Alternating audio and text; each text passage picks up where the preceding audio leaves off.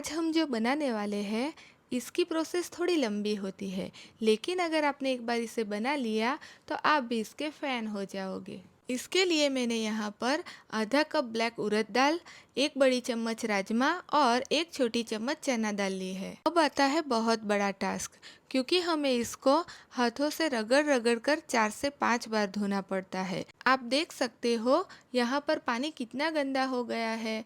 हमें इसे तब तक धोना है जब तक कि हम इसमें पानी डालें तो पानी क्लियर रहे। आप देख सकते हो अब पानी क्लियर है। इस पानी को हम निकाल कर उसमें पीने का पानी ऐड करेंगे और 8 से 10 घंटे तक हमें इसे भिगो कर रखना है। तो दाल को धोने का जो प्रोसेस है वो हमें रिपीट करना है। हमें फिर से इन दालों को 3 से 4 बार रगड़ रगड़ कर धो लेना है।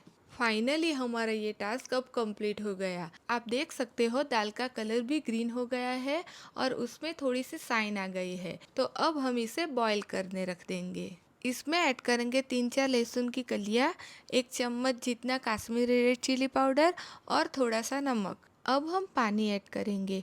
पानी हमें उंगली के 1 इंच जितना ऊपर आए उतना ऐड करना है। अब हम कुकर का ढक्कन लगाकर गैस की फ्लेम लो कर देंगे और उसे पौने घंटे तक ऐसे ही पकने देंगे।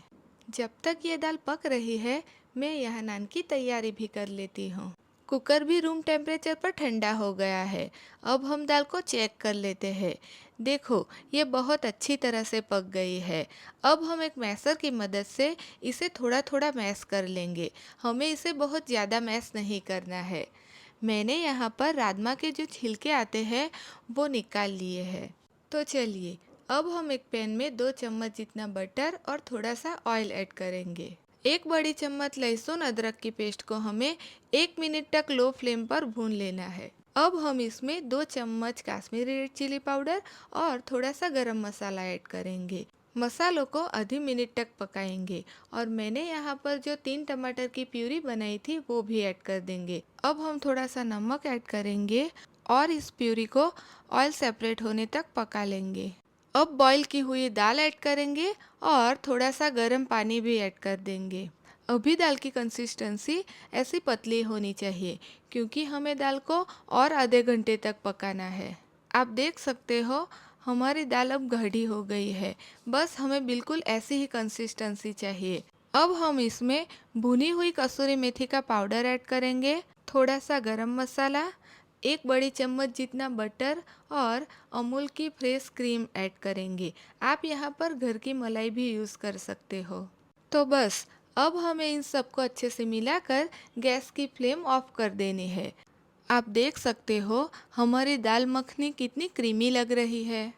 दाल मखनी बनाना बहुत ही लंबा प्रोसेस है। हमें इसके लिए सब्र रखनी पड़ती है, लेकिन ये खाने में बहुत ही टेस्टी होती है। हमारे घर में तो ये सबको बहुत ही पसंद आती है। इसके साथ मैंने जीरा राइस भी बनाए थे। दाल मखनी और जीरा राइस का कॉम्बिनेशन बहुत ही अच्छा लगता है। एन्जॉय!